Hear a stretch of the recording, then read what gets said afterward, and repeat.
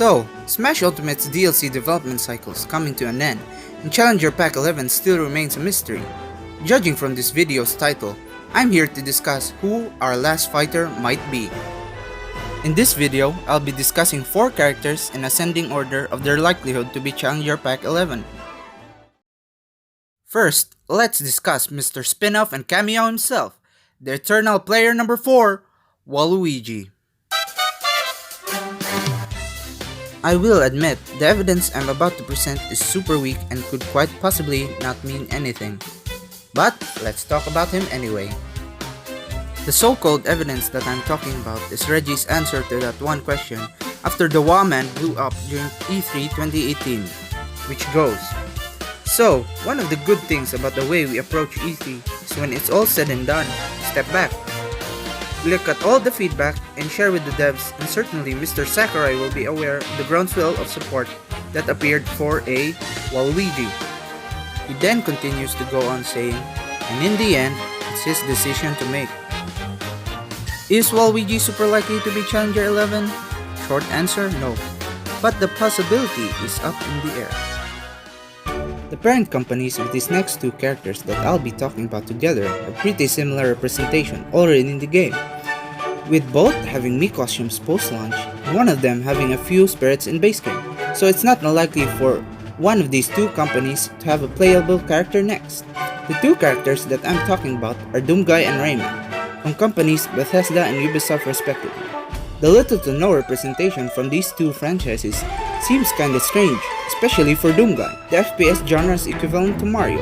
The possibility of one of these 2 being playable is there, but I do feel they'll get represented as Mii costumes in the end, as sad as it sounds. Before I'll be revealing which character I feel has a pretty good chance to be Challenger 11, let's first talk about stuff regarding past DLC characters and their contributions to the base game. To start things off, let's talk about Joker. Sakurai had mentioned before that Ultimate's menu was inspired by Persona 5's menus with its clean look and dynamic transitions. The next character we're gonna be talking about is the Hungry Wolf from Southtown, Terry Bogard. With his successful first outing with the first Fatal Fury game, had paved the way for SNK's other influential fighting game series, King of Fighters, the game series which inspired Sakurai to make a very accessible game that involves fighting. Some mechanics from KOF are even in Smash like short hops, full hops, and rolls, to name a few. With all that said, let me direct your attention to Ultimate's Classic Mode. In past games, when clearing Classic Mode, you will be taken to the credits scroll, which also serves as a bonus game. What caught my eye with Ultimate's credit bonus game was its format, a top-down shoot-em-up similar to Galaga. Your character sits atop the halo while holding a super scope, shooting names in order to gain points for additional rewards. Ultimate's interactive credits format is quite similar to the format of one of Japan's biggest indie game franchises, Touhou Project.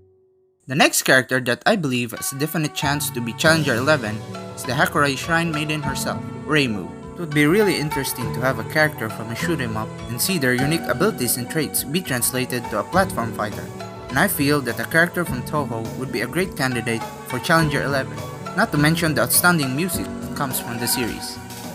Could this similarity mean that Touhou contributed in Smash Ultimate's development? Maybe. Or it could just be one huge coincidence. Additionally, Nintendo had shown some interest with the series with their participation in Reitaisai, the Touhou-only convention. Reitaisai 13 specifically.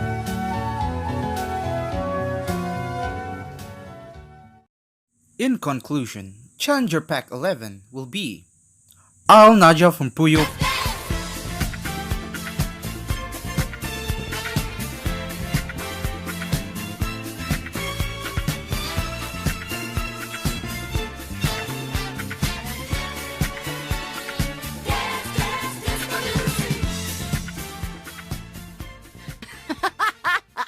Fuck me.